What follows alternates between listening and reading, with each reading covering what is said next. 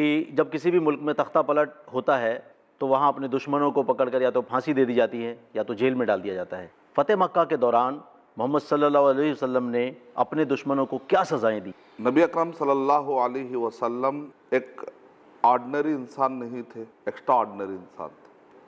जो ऑर्डिनरी इंसान होते हैं वो यही करते हैं ना, अपने दुश्मन का पूरी तरह से सफाया कर दो। कहते हैं अपने दुश्मन को ऐसी सजा दो ताकि नस्लें याद रखे। जनरली हमने तो यही सुना, इबरतनाक सज़ाएं। ऐसी सजाएं दो ताकि उसकी नस्ल याद रखे। इबरतनाक सजा जिसके उसको कभी आगे वालों ने देखा हो ना पिछले वालों, ऐसे जनरली होता है। लेकिन नबी अकरम सल्लल्लाहु अलैहि वसल्लम रहमतुल लिल आलमीन थे। आपने सबसे ज़्यादा रहम की बारिश तो अपने मुखालिफ सरदार पर ही कर दी। फ़तेह मक्का के मौके पर नबी अकरम सल्लल्लाहु अलैहि वसल्लम ने इरशाद फरमाया कि जो अपने घर में रहे उसको भी अमन है, जो हथियार फेंक दे उसको भी अमन है। बल्कि आपने यहाँ तक कहा जो अबू सुफियान के घर में चला जाए उसको भी अमन है। अबू सुफियान कौन है? उस ज़माने का सुपर पावर, यानी सुपर पावर ताकत, अगर कोई मुल्क है, कोई सिटी, कोई जगह, कुछ एरिया का, उसका अगर सुपर पावर कोई बादशाह हो, हाकिम हो, किंग हो, तसव्वुर करिए कि वो आपको 21 साल सताया हो और उसके बाद आपको पूरा मौका मिल गया हो, और फिर अगर वो मौका मिले तो फिर पता नहीं फ्यूचर में क्या करेगा, डर भी लगा। लेकिन आप जो है अचानक कहते हैं जो उसके घर में चला जाए उसको ही पना। हमने इस्लाम कबूल कर लिया, कहा ही नहीं उन्होंने, फिर क्या बुनियाद पर उनको माफ़ किया जा रहा है? यानी मोहम्मद सल्लल्लाहु अलैहि वसल्लम हमेशा ये सोचते थे शायद कि अब इस्लाम कबूल कर लेंगे, शायद कि अब इस्लाम, अगर इनको मार देंगे तो बेचारे का फैसला तो हो गया ना, मर गया, अब इसके बाद ना अमल है ना कोई बात, तो हमेशा जहन्नम में चला जाए। तो लिहाजा मारने वाले को भी मौका देते थे कि शायद कि अब ये बच जाएगा तो इस्लाम कबूल करेगा तो इसकी आखिरत अच्छी हो जाएगी। बेशक नबी सल्लल्लाहु अलैहि वसल्लम का जो ये रवैया था ना, ये तारीख में सारे इनकलाबात आते हैं। कम्युनिज्म का इनकलाब आया तो 80,000 तो एक शहर में ऐसे ही मर गए, जैसे चूंटियों को मार दिया था, 80,000 लोगों को मार दिया गया।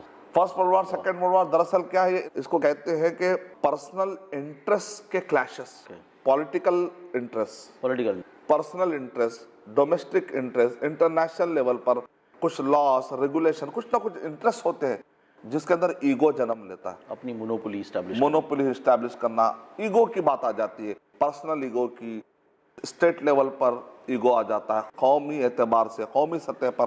ये सब चीज़ों को दबाते हुए अगर तारीख में कोई इनकलाब बग़ैर खून और ख़राबे का आया तो मोहम्मद सल्लल्लाहु अलैहि वसल्लम। सुभान अल्लाह।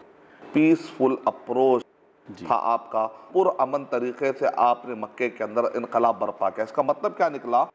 दुनिया का सबसे क्रिटिकल जो एरिया था वो मक्का था, बेशक, जहाँ जहाँ पर अमल लाना बहुत मुश्किल समझा जाता था। जैसा कि एनसाइक्लोपीडिया ब्रिटानिका में लिखा हुआ है, अलेक्जेंडर पास बाय देम, अलेक्जेंडर का वहाँ से गुजर हुआ। अलेक्जेंडर कौन है? Alexander the great. यानी पूरी दुनिया के अंदर कहा जाता था अलेक्जेंडर कौन है, तो जिसके ममलकत में सूरज नहीं डूबता था, यानी दुनिया में हर जगह पर हुकूमत करने का उसको शौक था। लेकिन अलेक्जेंडर पास बाय देम, अरब के पास से गुजर हुआ। लोगों ने कहा हर जगह तो आपको शौक है हुकूमत करने का, जरा इस कौम पे भी हुकूमत कर लेना था। तो उसने कहा ना बाबा ना, garbage of community, oh my God, ये तो पूरी दुनिया का कचरा है, इनके ऊपर कोई हुकूमत नहीं कर सकता, इनको कोई सुधार नहीं सकता, इनके ऊपर कोई कैसर किसरा के लोग बाजू आजू मौजूद है, सुप्रीम पावर ताकत है, लेकिन अरब पर हुकूमत करने को वो लोग कहते थे ना बाबा ना। तो इसका मतलब क्या निकला? कुरान मजीद दुनिया में नादिल हुआ तो एक डेमो देना पड़ेगा कि भाई ये कुरान मजीद हर जगह पर अमन ला सकता है। ये कुरान मजीद का दावा है, कुरान मजीद का दावा है कि अमन की बुक है, कुरान मजीद का दावा है कि हिदायत की बुक है। तो अमन कैसे कायम करना है उसका गाइडलाइन भी कुरान में रहेगा, बताना पड़ेगा, उसके अंदर सिलेबस है। लेकिन अब कोई भी किसी भी मशीन को मानना है तो लोग कहते हैं डेमो दो भाई।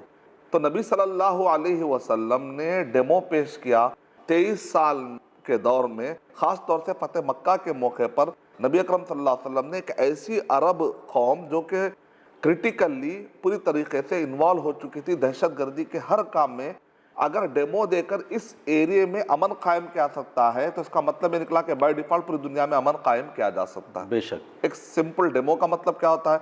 आप एक कंप्यूटर ऐसे ऐसे चलाना है, उसके बाद बार बार डेमो बताने वाला तो नहीं आएगा, वो बताकर चला जाएगा। तो उसके बाद ज़िंदगी में लोग क्या करते हैं, अपनी ज़िंदगी में उसका उपयोग करते हैं, इस्तेमाल करना।